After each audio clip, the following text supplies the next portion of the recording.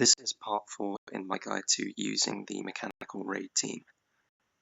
And in this attack, I did around 170,000 damage. In my previous attack that I showed in the series, I did 270,000 or thereabouts. In an attack after that, I did around 300,000 damage. So why am I showing this one? Well, funnily enough, in the attack where I did over 300,000 damage, my first 2 turns went exactly the same as this, and yet I feel in this run I actually played better.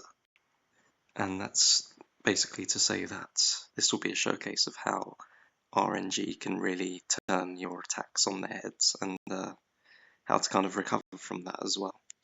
So I'll just get started, and it'll be very quickly, well, not very quickly actually.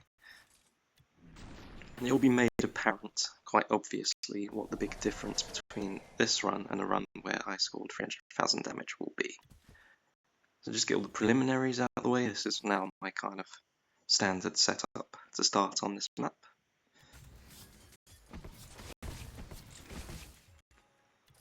Get Actus moved up nice and far so I can, when I move Tan up, I can kind of keep them together. You always generally want to be able to keep Tan and Actus together. And now I've essentially reached the end of this turn. Another change I've made is that I don't put a spawn mine here anymore. And the reason for that is Mortarion, I'm just predicting that he will move into this space here to melee Eldron, because that's the shortest distance to him. So I don't need to put a spawn mine here to restrict the possibility of him moving so that his edge is kind of around this area instead. Because I'm going to follow my own advice and assume that he'll take the shortest possible distance to the target. So what I do now is I put a spawn mine here as a kind of insurance policy for later on, because I'm hoping that there'll be lots of scarab swarms around here. And then with the extra spawn mine, it'll be easier to bait a lantern in this sort of southeastern direction with an extra target for him to hit with it, rather than casting his lantern to the northeast and disrupting my plans with Tan and Actus. So get those attacks done. Get my spawn mine out into the new location. And if you can imagine my face in this situation, it was kind of like, well, it's over, basically. I thought this run was just completely screwed, because not only have I lost Eldron, I've also lost the high ground to a Scarab Swarm, which I really didn't want to happen. But I did see an opportunity for myself, because I have a cluster of units here, and I thought, well, if I start spawning in extra Skitari, and I put a spawn mine somewhere in here, maybe I could bait Mortarion up to this space here. And then, because that's adjacent to the high ground, I could get Row up onto one of these high ground hexes, and potentially at least get some decent damage in from the high ground. The problem I have with that is giving him enough targets to Plague Wind from up here down to the southeast, whilst at the same time not giving him too many targets to cast a Plague Wind to the northeast, sort of from where he is. Because I really don't want him to stay in this position where I have no high ground to hit him from or anything. So first up, always get the important things out of the way. Heal up Row. And because I'm moving Row around here in my next turn, and he may get blocked in by Scarabs, who will want to take the high ground next to Mortarion if my plan goes to plan, I want to heal Row up as much as possible, because he might not be able to be healed again for the rest of the attack. However, I'm also slightly worried that Aleph doesn't have enough health to survive another Arch Contaminator hit from Mortarion. So I hedge my bets here. I say, well, Ro isn't missing too much health, so I'm just going to heal Aleph up. Now we get to the part where, excuse me, I'm trying to set Mortarion up to move into this position. Now if he moves into this position and casts a Plague Wind to the southeast, it will be covering essentially this hex, this hex, this hex, this hex, this hex, this hex, this hex, and this hex. So by putting the Spore Mine there, I've given him a target to hit by casting to the southeast. But it's not a target that he can hit by staying where he is and casting to the northeast. So that's essentially swinging the favour for him to move up into this position, away from staying in position and doing something there. So at the moment he has 4 targets that he can hit by casting to the northeast and staying where he is, but 6 by casting to the southeast after moving. So I've set things up nicely for him to put himself next to the high ground so I can start hitting him from there. And in fact I can spawn in a Skitarius, which will spawn onto the tall grass, and that will still only give him 5 targets to the northeast, which means he'll still prefer to cast to the southeast to encompass 6 targets. So I'll spawn that Skitarius in. But I don't want to give him another Skitarius, because the next one will spawn here, because then that gives him 6 legitimate targets to the northeast. So he'll probably prefer to not move, and instead cast his lantern to encompass 6 targets to the northeast. So I'll keep it at 5 over there, to make sure that he moves off. So no more Skitari, switch to Conqueror mode and get a few extra hits in instead.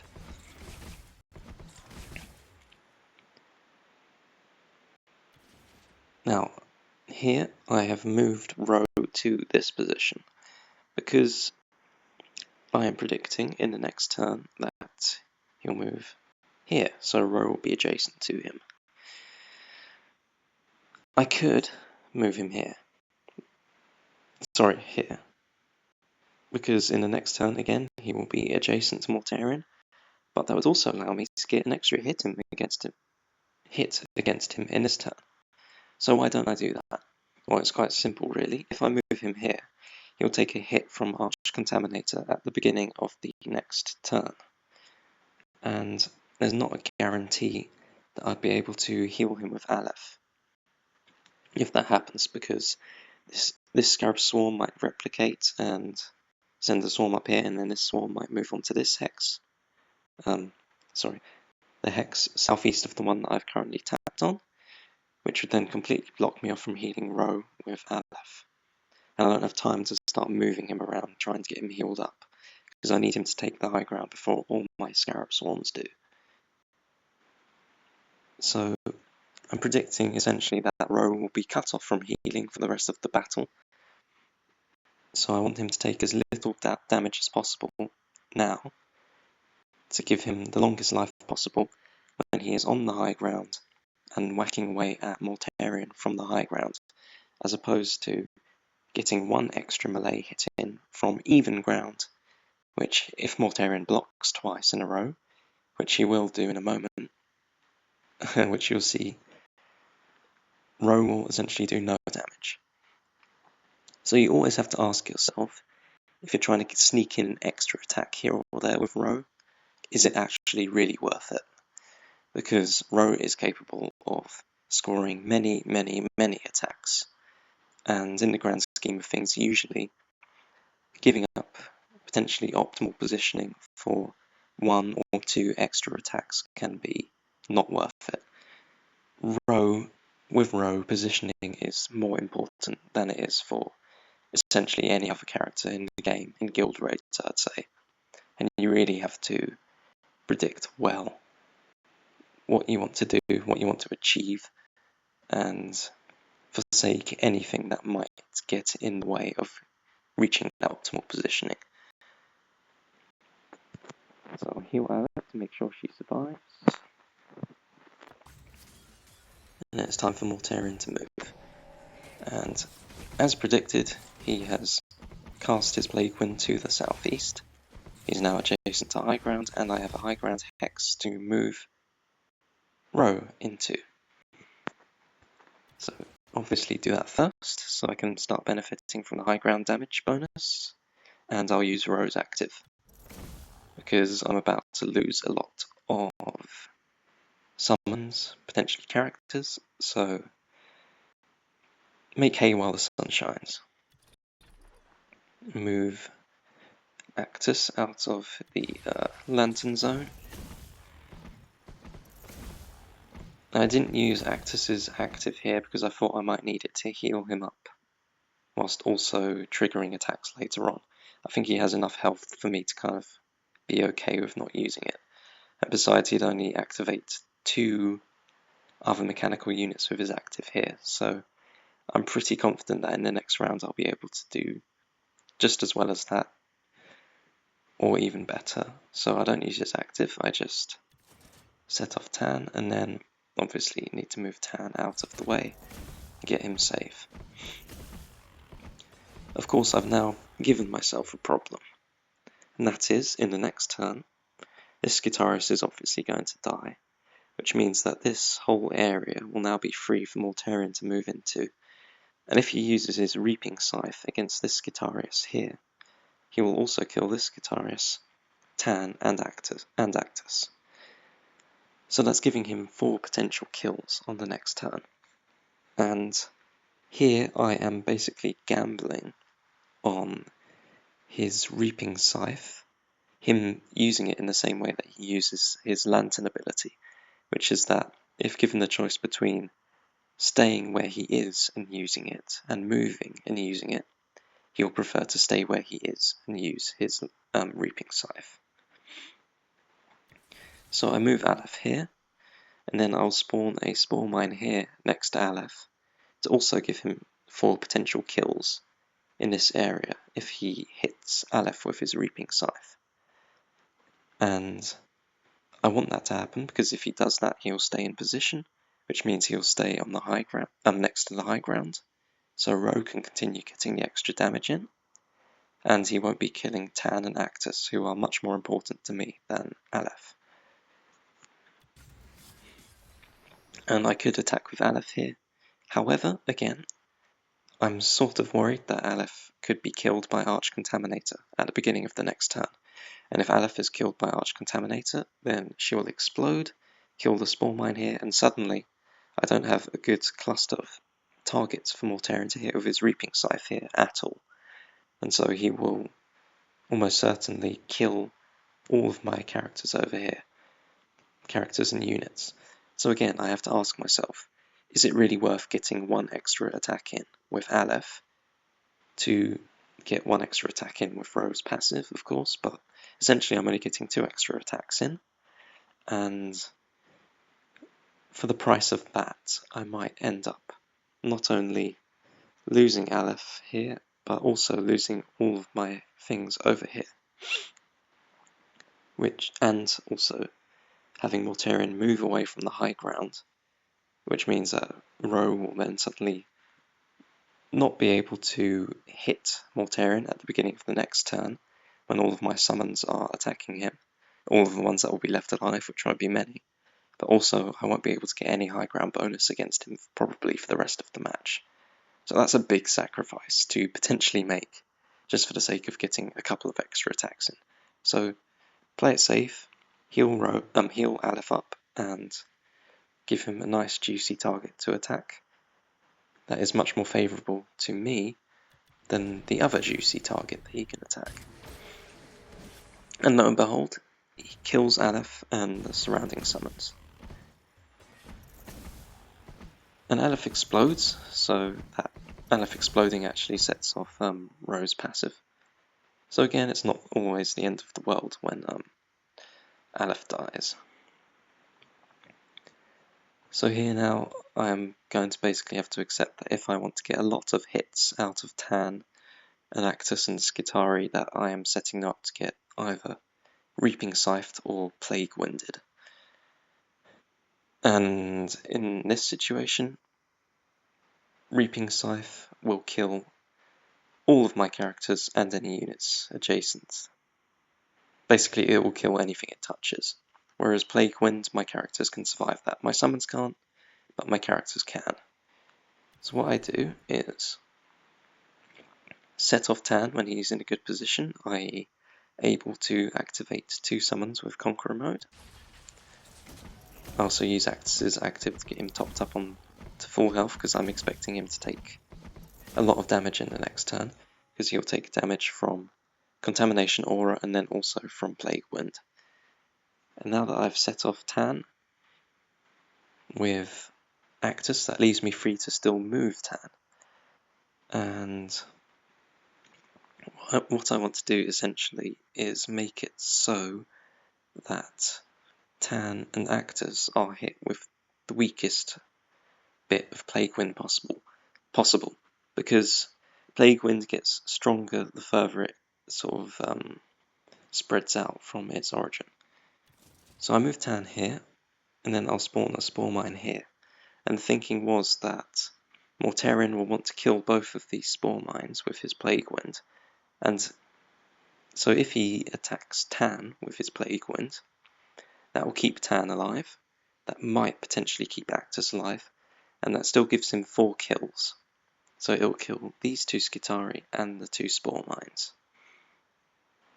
And so, because he likes to get as many kills as possible, I thought, that might save both of my characters, and then in the next turn give Tan the potential to maybe get next to a Scarab Swarm and set it off with Conqueror mode, and then have Actus there to heal him and set it off again, so get a few extra attacks in the next turn, as opposed to just having everyone get Reaping Scythed or Plague Winded and die.